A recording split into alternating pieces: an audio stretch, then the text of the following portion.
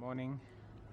So last day in Munich, very exciting, very sad. So the one thing we're going to do today is Munich Residenz. Then we're going to go have lunch in the English the garden, because we didn't end up doing that last night because it was we too were late. really tired and it closed at 6 p.m. and we got back at like 4ish, but at 3ish, but we kind of had a nap for an hour. super tired. Yeah. Yeah, so we're just gonna go in to the building right there and take a look around. Yeah.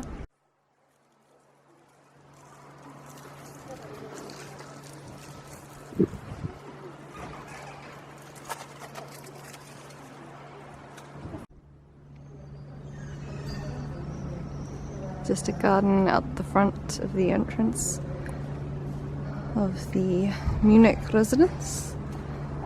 So, in we go. Yeah. So that's the park where we were yesterday where we had the piano.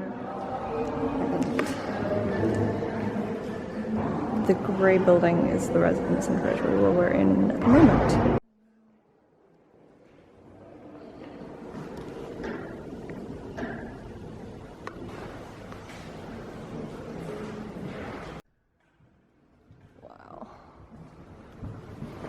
This is something.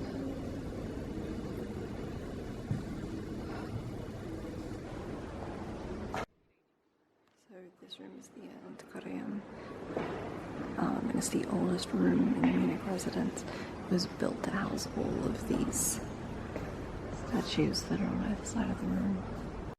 So all of the paintings along here were done by the Munich court painter, and they're virtues depicted as women, and then in each of these little architraves above the windows are, I think 172 it said, paintings of all the different municipalities and towns in the Bavaria region at that point in time.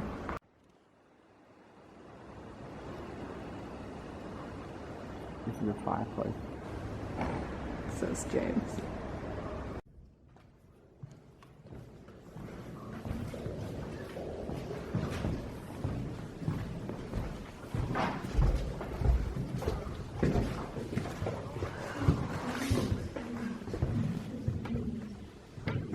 Look at that. Oh wow, that's cool. So we've just learned from the audio guide that all of these rooms that we're in just now were partially destroyed, so they're all recreations of what they were before they were destroyed in the Second World War. None of the furniture survived. Pretty cool. So this is the yellow cabinet, also known as the tea room. It's kind of hard to tell, but it's really, really yellow in here.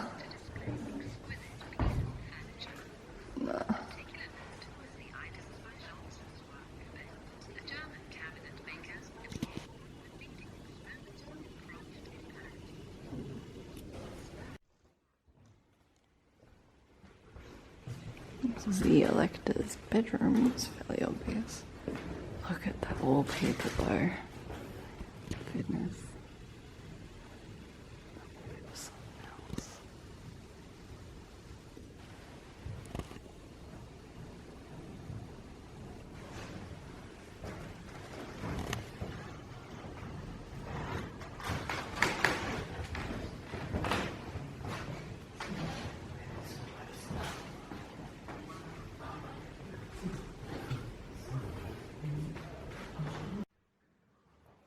Just some pieces that are on display now outside of the regular spot where they'd be fixed. This is a Chinese lion dog holding a candle set. And then they've got like all of these candle sets are awesome. It's like a little candle tea set. And then they've got an elephant clock. A couple bird ones. This is so beautiful.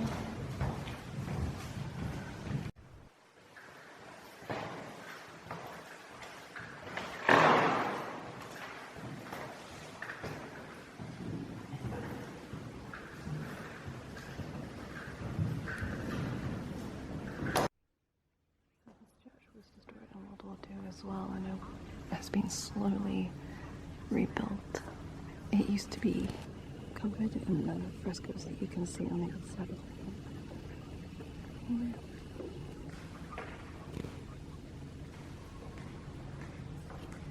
These ones. And these sadly are some of the only ones that are left out of the things that covered the whole building, because it was so badly bombed during World War II. It was so badly bombed that it was only reopened to the public in 2003. That's how long it took them to rebuild everything and make sure it was structurally sound again.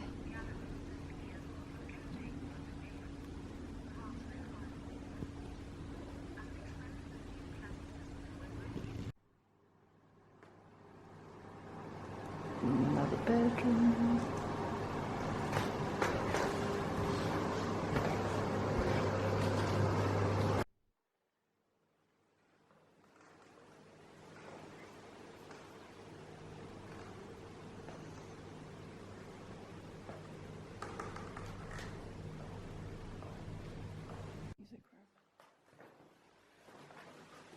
Or like a recreation room, because it's got a gaming table as well.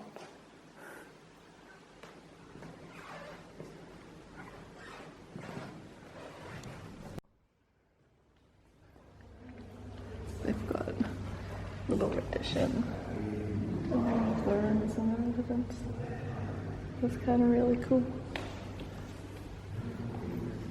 They've just taken the roof off it. It's a big place. Yeah. The rendition is fucked up as well.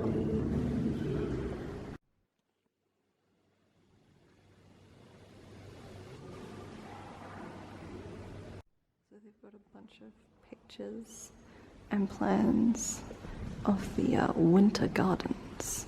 And they're really, really cool. Because I don't think these exist anymore. You can just see the landscaping layout. You can see that they would have been built on top of a whole different structure beneath them. And just the depictions of trellises and things as well. So, sorry, I was wrong. They weren't like ground level with like layers underneath them. They were on top of the residence. The winter gardens were private gardens built on top of the residence. So no bloody wonder they don't exist anymore. And this would have been the fresco that you saw in the painting above. The recreation of the fresco that would have been on the wall. It's awesome. Damn, that is I think I actually remember hearing something about these on the internet. They had to remove the gardens because they were leaking into the property, as you would expect from a garden on top of a roof.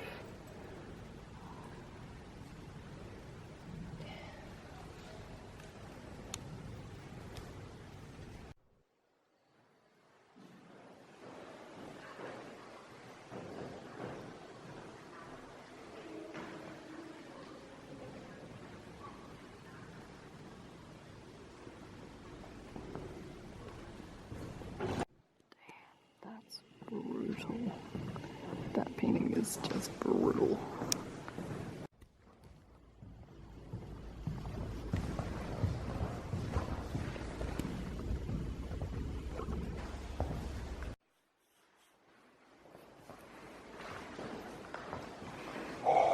They've got some epic chandeliers. They've also got this bit just at the top as well. And right between the holes is awesome. Absolutely wow. Look at these. That's crazy. They're absolutely gorgeous. Oh man. Little happy bird.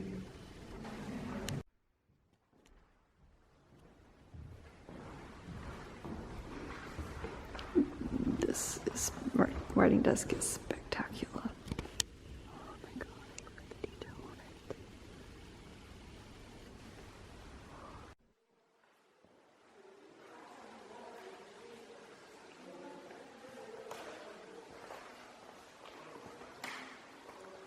It's just awesome. Hey guys, I think I found my favorite room in the Munich Residence. Because just the walls are decorated with actual freaking Chinese porcelain. Like, what? This is called the Cabinet of Miniatures. This, yeah, because they're all miniature. Like. And the next room is the Cabinet of Mirrors. Unless this is the Cabinet of Mirrors. That's the Cabinet of Miniatures. That's I don't know. Just, and look at the chandelier. And the vases are everywhere.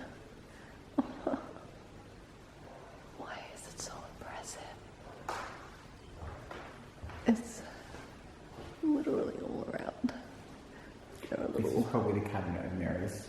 Probably there's a lot of mirrors. This is just, it's my favorite room, guys. It's my favorite room here. This room is pretty impressive too, but it's not as impressive. So I think this is the Cabinet of Miniatures. Pretty impressive, but what's it?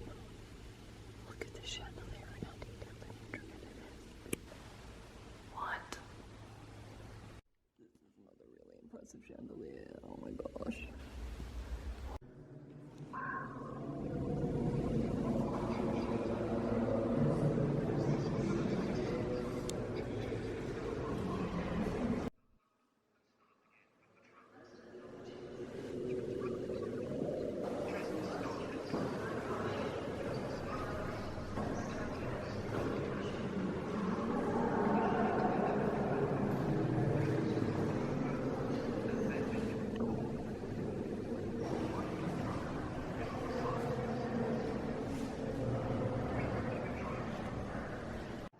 So this is an ostrich egg from 1420.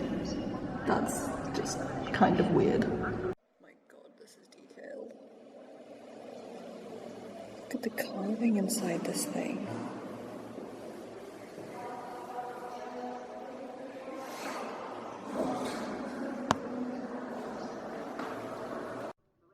So this is a reliquary to house a relic of St. George, apparently.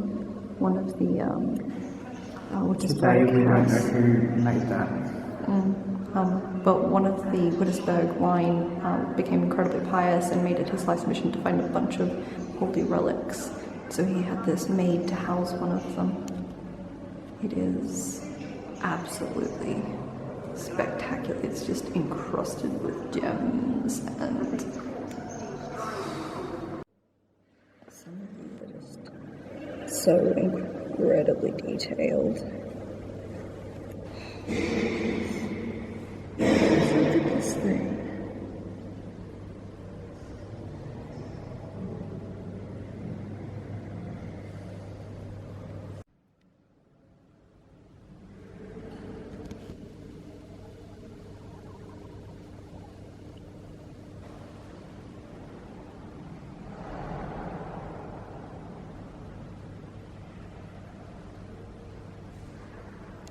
Not incredibly detailed, but very cool looking. So we're in the Royal Jewels area now.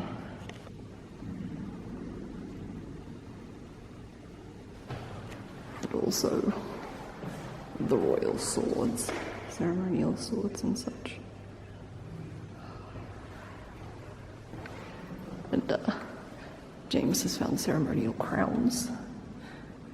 And that's a really pretty sword as well.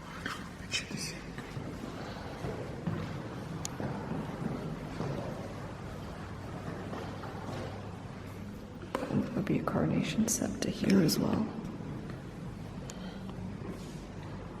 With the crown at the top. So here we have a very pretty book. It looks like it holds spells. But then a scepter or a star. It's the herald's staff. It's the herald's staff, there you go, but it looks like it would cast some serious healing magic with it. Yeah, it's etched glass. its own like representation of a different scene. I'm assuming from, oh man, the corners. James, look at the corners. That's so cool. But I'm assuming the glass etchings are from different stories from the Bible and Christianity and things. Probably. Catholicism. Yeah. Guys, so each of these are either inlaid with a bunch of fucking lapis lazuli, Or totally made out or of it. totally made out of lapis lazuli. It's insane. Onyx. What's made out of onyx? Oh, these are made out of agate. No. Shaped. So I'd assume that's a gem of agate. I can tell because I know what agate looks like. So I think these ones are the onyx ones. They're darker. yeah. That's really cool. Look at it in the shape of his finger. Focus. Oh my god, it really doesn't want to. There we go. This one's really cool. It's a little made like the shape of a dude. So walking around, we realized that every single like cabinet in here has a different set that's made out of a different specific type of gem. So we had lapis lazuli and onyx and agate, and then I'm assuming this is heliotrope, also known as bloodstone for obvious reasons here. Let's get a bit of that. This is probably really yeah. So every single cabinet has a different type of stone. And I think this would be jasper? Jaspis, yeah. Yeah. I am correct. That's just, they've got whole sets of stuff made out of semi-precious crystal. That's just crazy. Oh,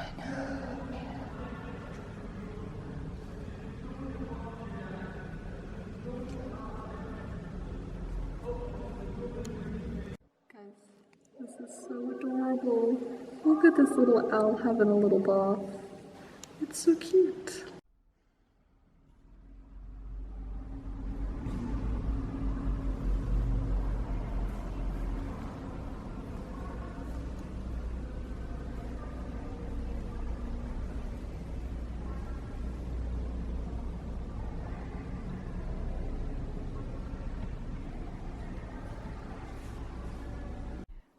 There's a bear who's got a gun. He's got a gun. Little dancing bear with a gun. Yeah. They got a vessel made out of conch shell. It's very impressive. Look at the detailing on that. That's just, oh boy. I think my favorite things, like the little miniatures, because they pack a bunch of detail into so little.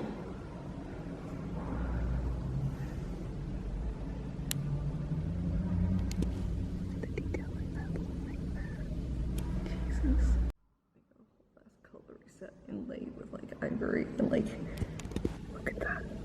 I don't even, what? It's like rococo but cutlery. They also have like grooming sets, guys, in their collection. Old grooming sets with tiny scissors and clippers and tweezers and shit. What? And because James wants me to get a shot of the violin, this violin is literally one of the most beautiful violins I've ever seen. And I think it's entirely possible that it's made of like another semi-precious like stone. Guys, they have sewing machines in their treasury. Hundreds of year-old sewing machines. Made out of silver. Made out of silver. Oh my god. It's a miniature chess set. Look at the little pieces. Look at the little pieces. Georgia. What? Its shells are made of mother of pearl and tortoise shell. Tortoise shell. James, what the fuck? I couldn't keep listening to that. God. Oh my god. And they have engravings on each of the things. What? What?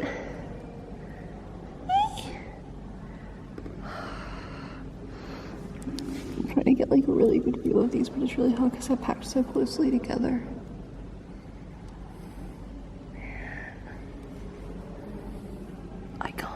I can't get over this chess set. It's so beautiful. So we've come back to this little arch, and I think they must have different musicians every day because there was a piano before, and now there's a celloist.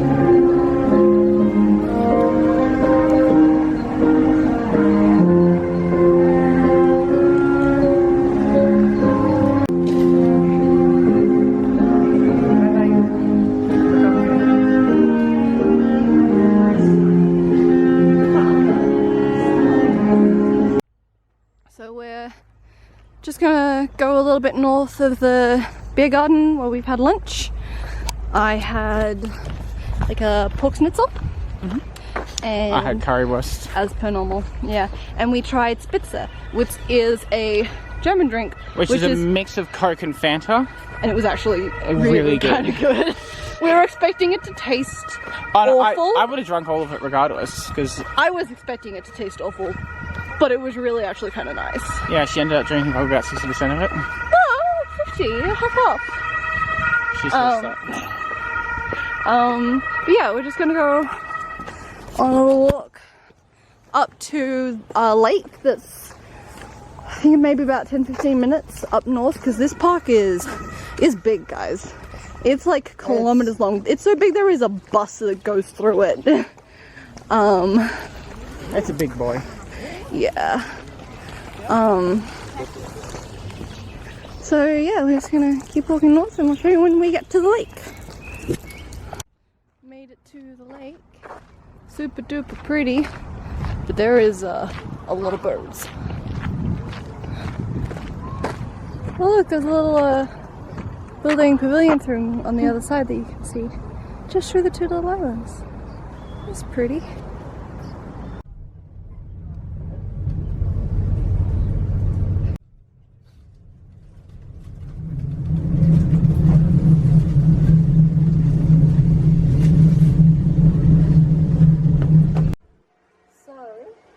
We've arrived in Heidelberg. We've got into the backpackers, and it's actually way nicer than I thought it would be.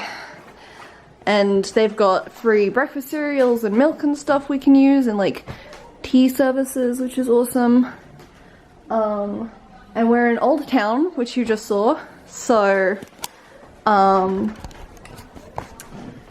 it's gonna be a good couple days, I think. Yeah. Because we're here for 2 nights, 1 day tomorrow. So one it's just day. tomorrow. It's just one a day, but 2 nights. Good couple nights. Yeah, it was. Here's the interesting thing, though. It was a 3-hour train to get here. Yeah, don't talk to me about the next one. Yeah, what James said. The next train is almost 6 hours. It's 5 hours and 45 minutes. It's gonna be fun. That's from Heidelberg. Heidelberg to Berlin, and it's 9:17 in the morning until almost 3 p.m. we get in at Berlin. So that's gonna be a very short video day, I think. I don't even think we'll get anything done that day, will we? We might go see like one thing, like Checkpoint Charlie or the East Side Gallery is what I was mostly thinking of. But that's 2 days from now.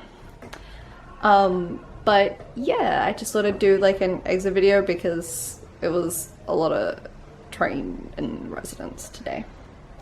And I was really quite pleasantly surprised by how pretty the old town of Heidelberg and the backpackers that we're staying in is. I was kind of expecting it to be a little bit meh.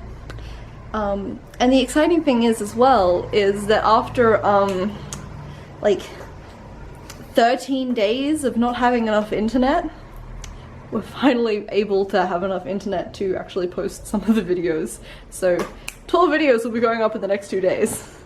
And you'll get this one, all of them are up.